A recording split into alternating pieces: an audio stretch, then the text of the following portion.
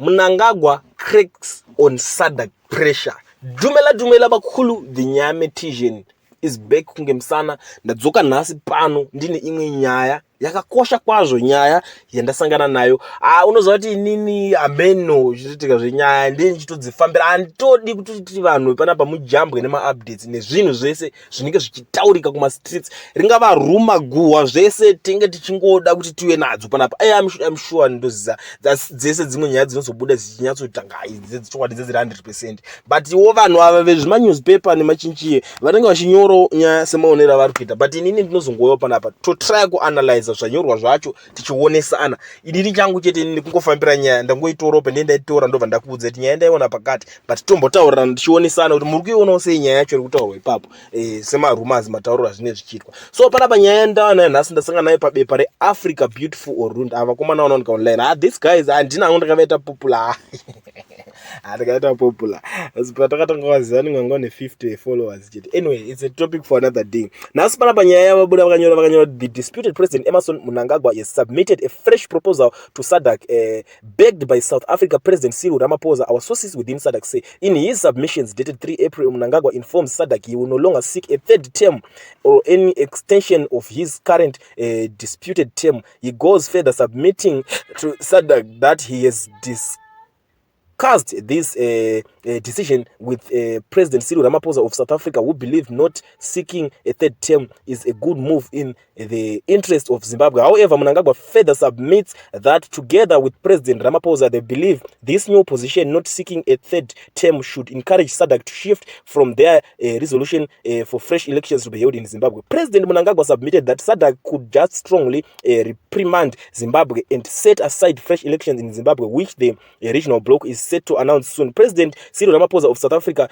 through his weight on that, is well in his communique dated the 3rd of April. This is the first time Mnangagwa cracked under SADC pressure. He has been so arrogant before, to the extent of writing to the SADC secretary in November 2023 saying Zimbabwe is one of the champions of democracy in SADC and cannot be lectured on democracy by anyone in SADC. SADC, however, stuck to its guns and reminded Harare that Zimbabwe is only another SADC member state. SADC is yet to respond to Mnangagwa on this latest development, but it's clear SADC wants the Zimbabwe political crisis dealt with and done by June, which is a deadline they have set. Our sources within SADC say we do it on good authority that President Mnangagwa, President Cyril Ramaphosa of South Africa, is set to keen to block fresh election in Zimbabwe to correct the illegitimacy in Harare brought about by the flawed electoral processes, which SADC themselves dismissed as falling short of the revised SADC guidelines and principles of a democratic election 2021. Mnangagwa, on the other hand, is totally scared of the electoral court in Zimbabwe, which is the people of Zimbabwe. ZANU-PF is scared of fresh elections. We wait for SADC response. Nyaya ndiyo matauriro zviri kuitwa pabepa reAfrica Beautiful Orunda. Vakomana vanozviti vane masources within SADC, kureva kuti ivo their sources within SADC, kureva kuti vanhu vanenge vachitoshanda muofisi imomo ndo vanenge vachivaspira vachivapa information, ndo kutaura kwavanenge vachizviita, ndo zvinoreva. It's like vanhu ava tingavafananidza vanhu vakaita sana baba Jukwa vekumboti vaishanda kunhingirina meno taishanda pai but aibudisa information yese yaitika kumadays amugaba kuti chakati varachazodai musi wakati waizongoona zvimwe zvinhu zvaakuitika. Wazviona manje ndo type yevanhu vatiri kudhila navo panapa, vatiri kuona vari kutaura nyaya idzi dzekuti President Mnangagwa cracks on SADC's pressure, and hanzi vakanyorera kuSADC vachiti havachadi kutsvaga kuti vapinde third term, vakundongogumira ipapo. Ndo nyaya dzacho muri Zimbabwe dzatinenge tangouya nadzo pachannel yenyu nhasi zvekare yenyaya version. Munozviziva kuti inini the Nyame Tijan ndinongoweka nyaya kunge mets, ndenge tichikuya tima updates every day baba, tichingoonesana kuti chii chinechiitika. So panapa pari kunzi pamirirwa response from SADC, but I wish kuti ndimbosangana netsamba yacho kana response from SADC yacho.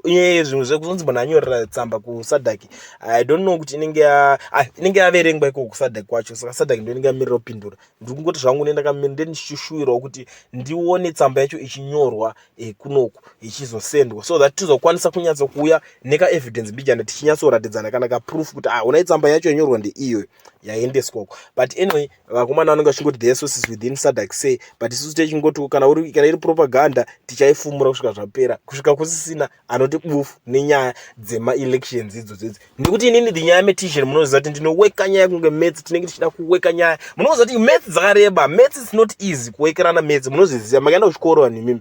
Maths is not 1 + 1 = 2 mode matosiya. Ndo nyaya the same nenyaya dzema-elections idzi. Ndosaka tichiti tikanzwa rumor, gossip, everything zvese todzitora toweya nyaya tichiweka so tichizobatanidza kuti tibude ne-one answer kuti tione kuti nyaya iri kuenda kupi chichi chaitika. But panapa according nemaonero andiri kuzviita tikuona kunge nyaya ye-fresh elections because panapa vari kuaccuse kuti Ramaphosa ndiye ari kuda kuzvimisa zve-fresh election izvi, ndiye ada kuzvidira jecha because tsamba dzatotanga kufamba kuti handisi kuda kuita zve-third term, ndiri kuda kungoita kungogumira ipapa panhingirikini. So regaza panguva yatiri panapa timomirira kuona kuti zvichapera sei, zvichaita sei, because munoziva kuti nyaya yemetizhen tichitoda haiwa tichiweka nyaya tichazoonesana kuti vanenge vataura kuti chii ivo vanhu vacho veSADC kuti vachapindura kuti kudii.